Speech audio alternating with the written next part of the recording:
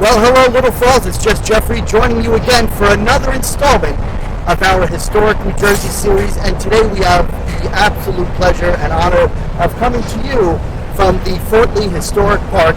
And we're being joined by Charlie, who's going to be taking us around. He's going to be telling us about all the wonderful things that we have here. Again, another fantastic site in the great state of New Jersey. Charlie, Little Falls, Charlie, take it away. Nice to meet you, Little Falls. Right here, we're in Fort Lee Historic Park. Right now, we're looking at the George Washington Bridge, the very northernmost part of our park right here.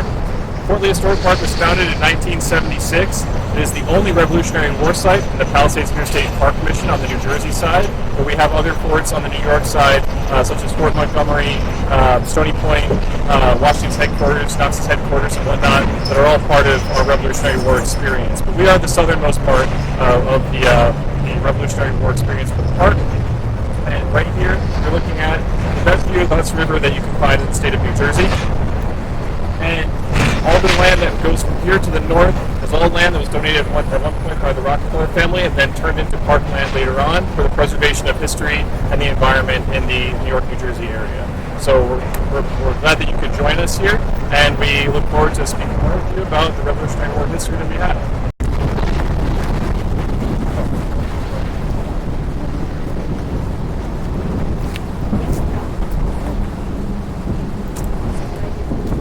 The story of Fort Lee Historic Park cannot be told without the existence of Fort Washington. Fort Washington was right across the river, pretty much right where the point where the bridge ends on the other side. Those two forts were established in the summer of 1776 after the Americans had left the New England area and Boston and moved further south. The person that was put in charge of the fort, or the defense of New York City at that time, was Major General Charles Lee. Charles Lee, the namesake of Fort Lee, was a former British general turned to the American cause and was put in charge of the strategic location of New York City because of his prior experience with the British military. But the story of Charles Lee gets more and more complex, and his true influence on the area of Fort Lee is quite minimal, actually. He only visited the park, or the grounds that the park are standing on now, one time. But you happen to have the fort and then the town named after him, so I'd say that's pretty good for his influence. But as we continue, move further south here, we'll talk more about how the Americans tried to defend New York and used Fort Lee as one of those locations along the high cliffs here to defend the Hudson River.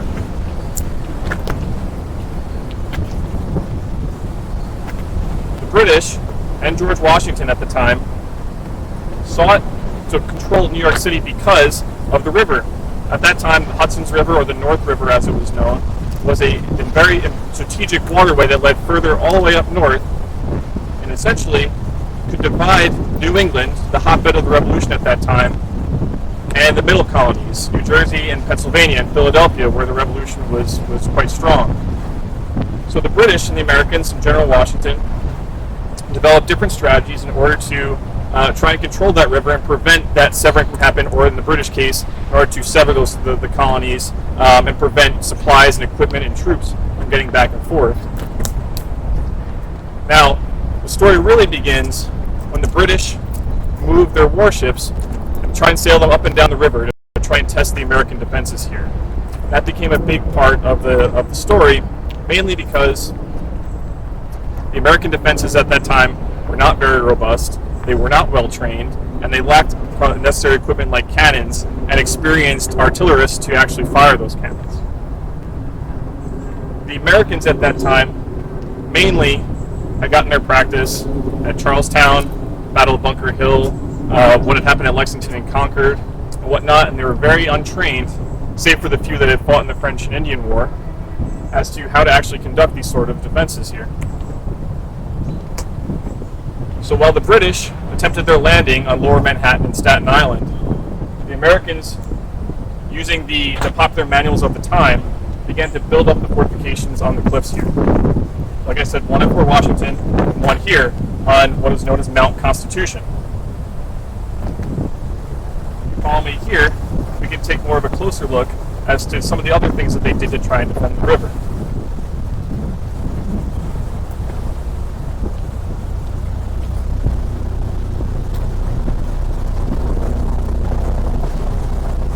So as you can see, the river here at this point is quite wide, but if you look out just beneath the bottom point of the George Washington Bridge, you'll see it actually comes in and forms a bit of a point that is known as Jeffrey's Hook.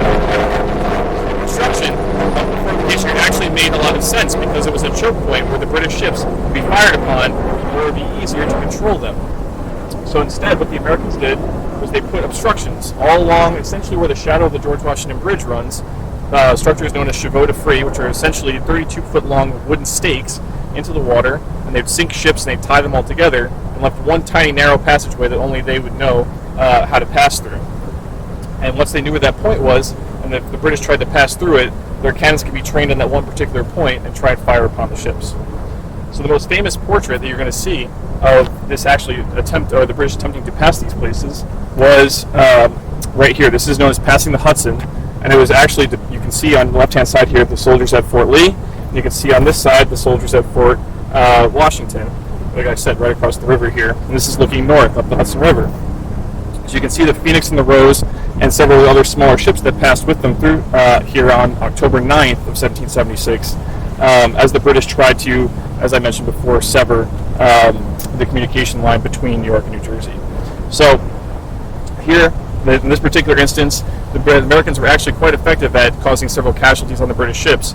And at this point in the war, the Americans had actually learned, like I mentioned before, how to actually conduct these defenses as compared to the earlier months in July when the British ships were basically able to sail through with no real consequences at all.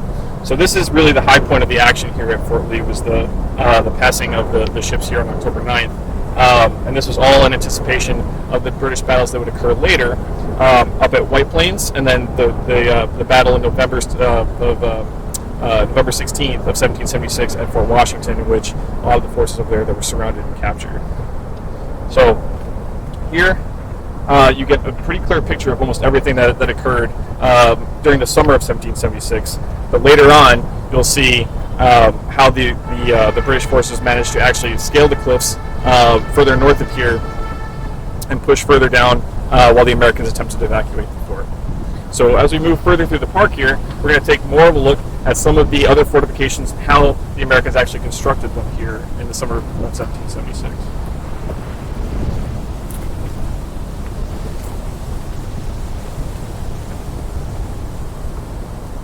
Now, a bit of a timeline of battles. August is when the British landed, and then in September they landed again at Kips Bay on the East River, and then after the Americans had a chance to essentially stop them there, the British, after a day's worth of fighting, managed to force the Americans further north on Manhattan Island. So they landed at Lower Manhattan and essentially pushed themselves all the way up the island, while the Americans on the New Jersey side continued to bolster their defenses. The Americans at Fort Washington, and then further north, continued to consolidate, prepare their defenses, as good soldiers would in this situation. And pretty much they turned what was just a small fortification on the cliffs of Fort Lee into the fort that it became known as. At its height, at Fort Lee, you had up to 3,500 soldiers that were living in this general area. Everything that we're about to see in the park here actually was not the main area the soldiers would sleep. The main body of Fort Lee was actually further in the town, and there was a pathway that they would walk out here to the area known as the batteries. Batteries were the areas where they locate cannons and mortars to attempt to fire on those ships, as you saw in the painting that we looked at earlier. Now, again, there was no fancy sights, there was no GPS equipment as you'd see in the modern military. It was basically soldiers learning on the job, learning from people that had prior experience, learning from essentially trial and error on how to conduct these sort of operations. It was a very, very unique experience. The other thing that happened was a bit of ingenuity. As I mentioned, they tried to use chevaux de frise to block the river. They also attempted to use what was known as fire ships. Fire ships are exactly what you'd think they'd be. They would set ships on fire, and they'd sail them towards the other British ships that were on the river. One time that actually was pretty successful, they managed to burn some of the smaller British ships, and the larger British ships of 40 guns were only saved because they severed the grappling hook that was attached to the fire ship, and the British ship was free to sail another day. Another thing that many people don't realize is that one of the first ever uses of a submarine actually occurred right here in the waters of the Hudson River. And that submarine that the Americans used was called the Turtle. It essentially looked like a wooden acorn that would have one person in it with a snorkel that would push all the way up to the water so the person inside could breathe. They'd attempt to get close enough to a British ship where they could tie a powder charge to it and blow a hole in the hull and force it to sink. Now, that painting that you looked at earlier happened to be when the British made it north of here. They found where the submarine, the Turtle, was tied up, and they managed to sever the turtle. It floated off into the ocean, and no more was it used throughout the war. The other efforts to control the river were the efforts to install a giant iron chain. Now, as I mentioned before, Fort Montgomery,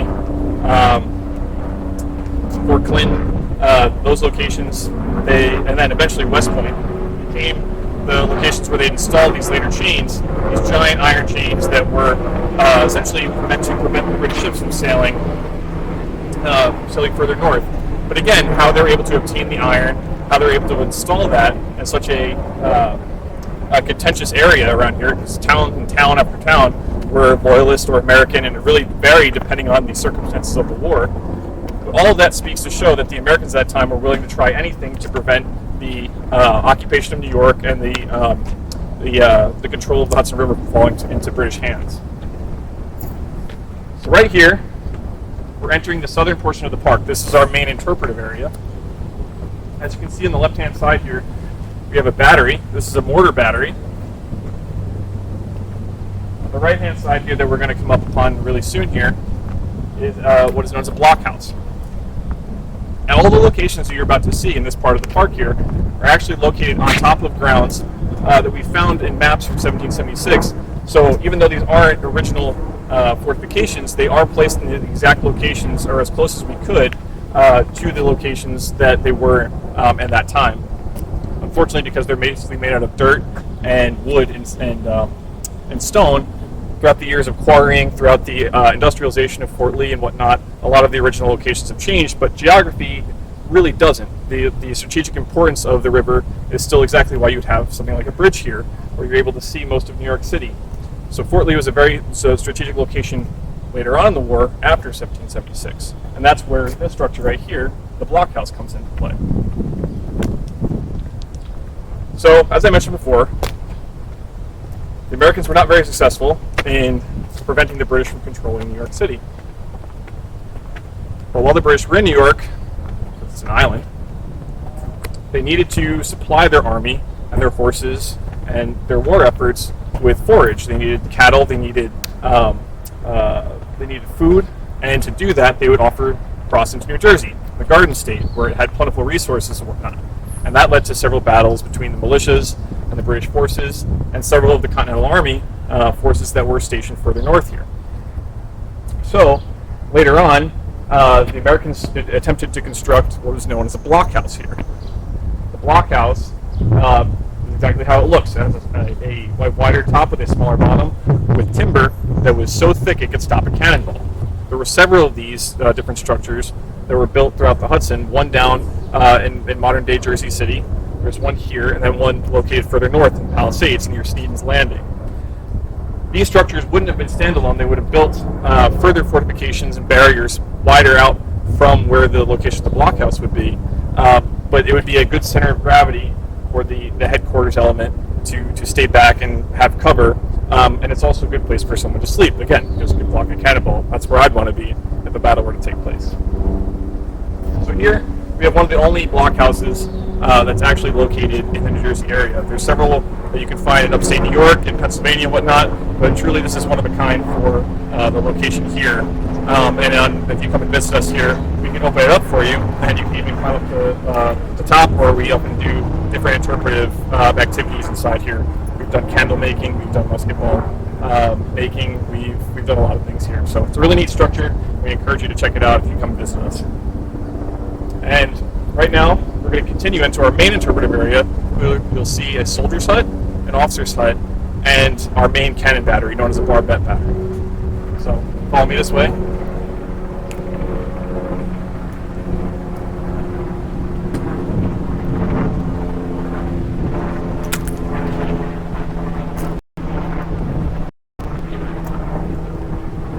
One of the things I mentioned earlier was that the Americans didn't really have a manual to build up the fort in a particular way. There was no standardized way of doing such. So they would use essentially whatever they had on hand. But it was also one of the places where the Army Corps of Engineers actually got its start.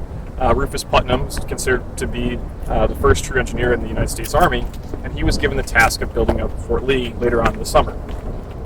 So using what was the treaties on the defending fortified places written by John Muller, he built the fort in that similar style. So while we have no sketches of it, we do know that that was the source material that he used for it. So when you look at the fortifications here, that is where the basis for that came from, and you can still find that in your local library or online as a resource, but it's a pretty neat thing to check out.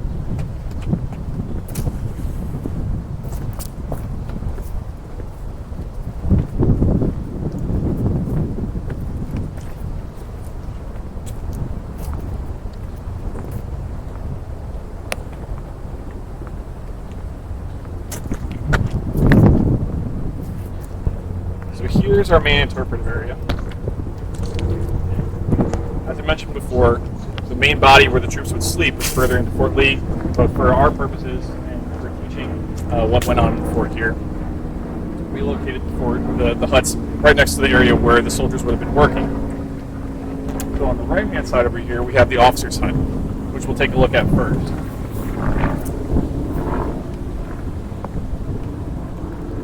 These are pretty unique structures. And the fact that Fort Lee actually had huts located near the base was indicative of how long they intended to stay at Fort Lee. If you were a soldier at this time and you were only in a temporary location, you'd probably sleep on the ground under the stars, or you'd have a tent at the very minimum. But the Army thought that they were going to be here all the way through November and in the harsh winter, so they intended to build forts such as this one here, or huts such as this one here. So they would use timber from wherever they could. It was very unique at the time because they actually had glass because of its proximity to New York City. And they would build them in rows, similar to the way a town would look today. So inside here, we can take a look at some of how the officers would have lived. And there would have been 2 officers that would have lived in a structure of this size.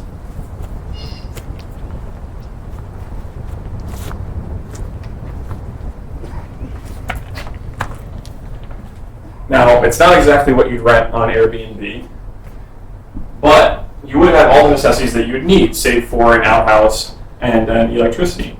You have a fireplace, and you have a stove located in the corner over here. The stove could be put into the fireplace. You could place kettles on top to boil your water. You could have you'd have a chandelier here where you'd have candles to provide light. Also, throughout the corner of the building here, there's other locations where you could put candles. You'd have a bed with a cowskin blanket on here. You'd have firewood to keep it dry, and you'd actually have floorboards and a place where you could write your correspondence to other officers. So, while it's not that glamorous, this was certainly glamorous for the time. But where the majority of the soldiers would sleep was in far closer quarters, where 8 to 12 soldiers would have to sleep essentially packed in like sardines. But again, better than being out in the harsh winter. So that's the next place that we'll look, is the soldier's hut.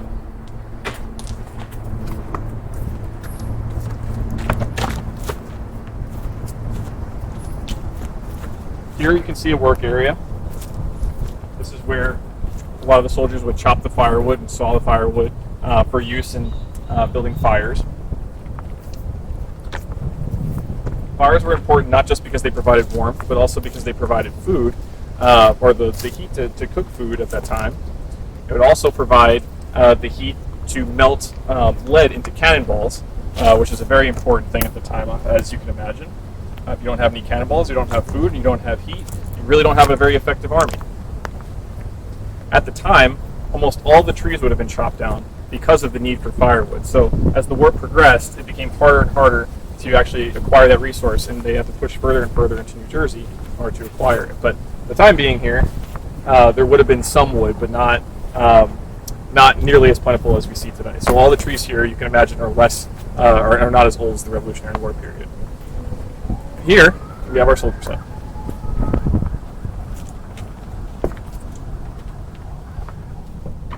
As I mentioned, 8 to 12 soldiers would sleep in here. Not only is there this bottom floor up here, but there's a second floor loft where soldiers would have to sleep up here. We don't have the same luxuries. We don't have a chandelier. We don't have a table because there's no room for a table. We do have a fireplace where, again, you can cook your food, you can stay warm, and you have shelter from the wind and harsh elements. This would have been far more elaborate than any other Revolutionary fort at the time, even for Fort Washington, because it was such a small location on top of a mountaintop. But here at Fort Lee, because they had the space and how would I put it? The space away from the cliffs to protect them from the British ships in the river, it was a good place to situate a lot of the army. And here outside, we have our battery. On the battery, you'll find several different types of cannon. Located the furthest to my right, under wraps, is an 18-pounder. To the right of that is a mortar. That's what would have been at the battery further north that we walked past. Mortars didn't fire directly at the river. They would fire up in the air, and they'd try and land on the deck of a ship and cause casualties in that way. This, located right here, is known as a 32-pounder. It doesn't weigh 32 pounds. It weighs as much as an elephant. It's very hard to pull around. It was very, it took a lot of crew to fire, much larger than the cannon here on the right-hand side that could be fired with only several people. There would have been 6 of these guns at Fort Lee at the time. And 6 of them were responsible for providing the defenses on this side of the river from the British ships. One of the tales of the story of the soldiers that was here was a 20-year-old captain by the name of Hardy Pierce. Hardy Pierce was from Boston and had spent some time in Rhode Island. And one of the times, Hardy Pierce here saw the British ships sailing up the river. He ordered all 6 to go off. One of them did not. Hardy Pierce jumped in front of the cannon to see what was wrong. Hardy Pierce was no longer on this earth to defend the fort from the British ships. But that also, again, speaks to the inexperience of the soldiers that were here at Fort Lee at the time. You had young officers that weren't trained at doing this, that would lose their composure during the heat of battle. And it's all part of the story here. And the American Army at the time was one of inexperience that grew to become the competent army that defeated the British later on in the war. So here, it speaks to the sheer magnitude of the force that the Americans were up against in the personal story of Hardy Pierce. Located here is a 3-pound cannon. This is known as a field gun. Field guns were not usually used for river defense. They would be pulled around in the battlefield. You see movies like The Patriot or Last of the Mohicans. Those are ones that the army could easily pull with just several soldiers. They'd fire at the lines that were neatly formed in the battlefield. But for our purposes here, this is what we're going to be firing today and showing you all in our demonstration. So we actually have a cannon crew. Miss Jenny, Mr. Reiser, and myself will take you through what the day in the life of a soldier would be, as they would have to do this over and over again in order to increase our proficiency at this very essential task. So we need to name a gun captain that can lead us in the drill here. And I think that our wow. Yeah, I'll come. Here we go. You know, it doesn't take much for me to want to fire a cannon. So here we go. But I am no Hardy Pierce, so I will stay away from the front of that cannon. We have no Hardy Pierces here since. No. So we learned our lessons. This is very simple. Not to insult your intelligence, but it's nicely numbered here for you. Yep. When you read off the command, just put your thumb next to it and move on to the next one. Okay. When I nod at you is your cue to read the next one. Sure. Yep. All right. And that's all the steps to load and fire a cannon. We're going to fire a cannon, Little Falls. And as you go through them, I'm going to explain more of the steps of firing a cannon. Got it. Yep. We got 27 steps. There's 27 steps. You think that's a lot, but as I mentioned before, we'll give you a bit of a a number as to how many times they'd have to fire in a minute and why they had to practice so right. after this. So 27 steps, but the soldiers got quite good at this stuff. So, good first command. All right, attention. Attention, that means that everyone that's on the cannon crew puts their eyes on the gun, they listen for commands, they talk, they're kicked off the cannon crew because they could be a danger. Next command. Man the gun. Man the gun. So that means that everyone that's on the crew would stand by and they grab their tools. Miss Jenny has what's known as the worm. The worm is something for searching the gun. What I have in my hand is a sponge. The sponge is for wetting the barrels to extinguish any embers that might be in there. Mr. Reiser is standing here with a thumb stall. The thumb stall will go over where the powder would be placed to prevent anything from falling in there. And there would also be different soldiers that would be assigned to the ropes in order to move the cannon back and forth so it could be loaded and reloaded. Next step. Joe, come on in here. We're going to withdraw the gun. Withdraw the gun. So as I mentioned, there would be a rope that would attach back to the edge of the platform. It would be pulled back so soldiers could work on it without having to be all the way up close to the ledge. Next minute. Take off tampion. How about that? It's a little bit of French for you. There you go. That's where it comes from. So the tampion would be placed over the cap of the barrel here. And that would be to prevent anything from falling into the cannon while it wasn't being used. We already took it off for you, so we can move on to the next step. Take off apron. The apron would be in the back, again, to prevent anything from getting in that, the touch hole, to prevent things from going in there that Mr. Reiser's covering with his thumb. Next command. Tend vent. All right, so Mr. Reiser's going to put the thumb stall over the vent. Advance worm. Now Miss Jenny will step in with the worm. Next command. Search the gun.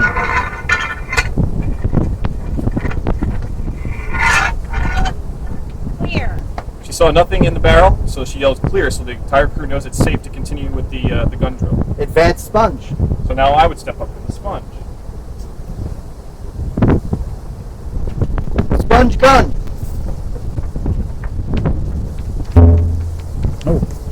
You can hear that sound. That creates a seal. That's how you know there's nothing in the barrel. Handle cartridge. All right, so the cartridge is located right here. This is what you actually would have fired back then. This is a 3-pound cannonball, the flannel sack filled with gunpowder on the bottom of it. The attachment together would make it easy to load rather than have to have these pouches separately. So this is what they would fire. They'd have it in a sack next to their hip. That's what they'd load in the barrel. We are not going to be firing an actual cannonball today, so the boaters of the Hudson River can have We don't want to ruin anybody's day on the West Side Highway, huh? No, but what we will be firing is this right here. This is about 4 or 5 ounces of black powder covered in aluminum foil because aluminum foil won't hold a spark afterwards, so you can be safe to fire it again without having to worry about any embers being in the barrel. But we're going to load this into the edge of the cannon right here. Charge the gun. All right, so what I do is I take the other end of the sponge, I load that, I tap it 3 times to make sure it's properly seated at the bottom of the barrel.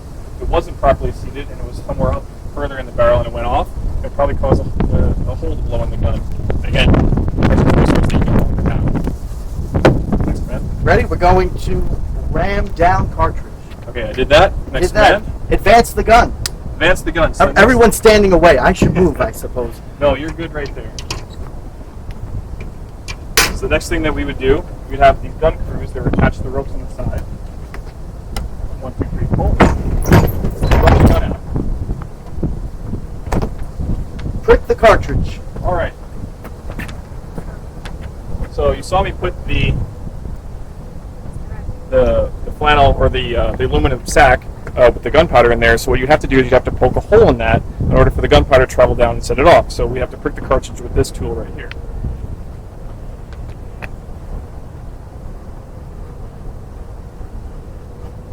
Once I do that, turn that. Aim.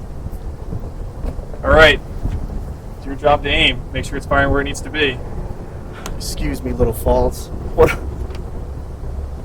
does it look? What am I looking at? Do you see any British ships out there? No. Should we? Yes, there is one actually. As a matter of fact, I'd say yeah. I saw I one. see it out there as well. I saw one. All right. Next command. Prime. Prime. So what you do in the 18th century, you typically load gunpowder directly into the touch hole right here. And setting off that gunpowder is what would ignite the cannon. But instead, to give ourselves some time to step back, in the modern age we use a fuse. And the fuse gives us about 5 seconds so we can step back once it's actually ignited. No worries, it's not going to go off right now. We have to light it first once we have loaded. All right. We're going to prepare to fire. Prepare to fire. So now we prepare to fire. The crew moves back away from the cannon to avoid any incidents that might happen there. Once it goes off, anyone that's around will cover their hands so they don't get a concussion.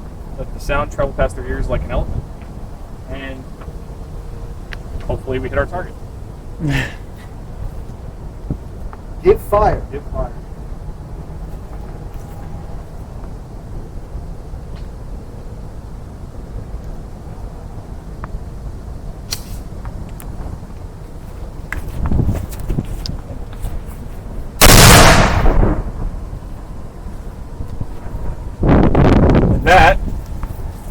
That's how you load and fire a cannon. But we're not done here yet.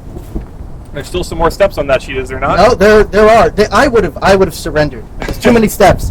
But I would withdraw the gun. Withdraw the gun. So again, what you do here is they would pick up the cannon and they move it backwards so you can keep working on it. Fortunately, because the British captured all of our gun crew, it's just me to move it back. It looks like we missed. But that boat's still moving. Yeah, it does. So, search the gun. Search the guns. The next step. On its last legs.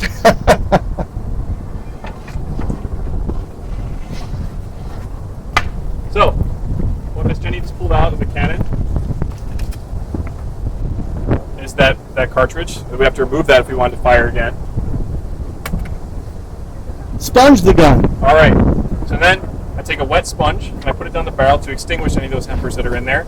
If you take a look at the back touch hole right here, when I put it in here, you'll see just how hot the barrel got. You can see all the smoke coming out. And again, I'll create a seal. Next man. Put on apron. All right, and the next steps that we would go through here, we put on the apron back over the touch hole. And then the next step. Put on tampion. Yep, you put the tampion over the barrel. That's how you safely secure it. Secure the gun. Secure the gun. The cannon will be returned back to where it was stored in our shed over here. Salute. And then we would salute. Come out here. Oh, We'd salute our captain for leading us in gun drill. He did an very excellent much. job today. Thank you, Jenny. And So- dismiss. Yeah, then you dismiss. Soldiers had to practice this, except not with the gunpowder and the cannonballs, because that would have been in a scarce resource at the time. You don't want to waste them. The soldiers have to practice loading and firing this to, well, how many times do you have to do? 4 times in 1 minute. You have to be able to fire this. So I don't know how long that took us just there, but it definitely wasn't up to standard. No. The soldiers would have to be here. Sorry, Fort Lee. I don't think we won that one. No, but I can tell you that with practice and practice, and you're sitting here bored on the cliffs every day, and you're waiting for those British ships to pass, it would definitely be in your best interest to keep Practice. getting better at Absolutely. this. Absolutely. So practice makes perfect, and that's exactly what they did that time. They were learning how to become more professional. So I want to thank you so much, Charlie, Yeah, for absolutely. taking us through. I want to thank Jenny. I want to thank the whole crew here at the Fort Lee Historic Park.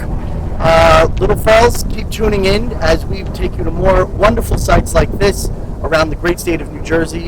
We are absolutely chock full of history, as we are one of the original 13. Yeah, absolutely. And we hope to see everybody here at Fort Lee Park, National Park again. Again, if you've got time and it's a beautiful day like this, come on out and visit. If you have the chance, may I offer No, please. our events here? So our big the Retreat to Victory, we host every year. It's the weekend before Thanksgiving. We have reenactors. We have the open camp here. We have a really festive occasion because truly, as the Americans, even though we retreated from Fort Lee further across New Jersey and into Delaware, where Washington famously crossed, and we see the famous pictures, and the war effort continued. Right here, even though we retreated, was the beginning of that effort. Had we not escaped from Fort Lee, it would have been a far different war and possibly a different country than we have today. So it's truly a celebration and a reflection on the sacrifices that people made at that time. But it's a really fantastic day and a great resource to learn about what happened in history in your own backyard.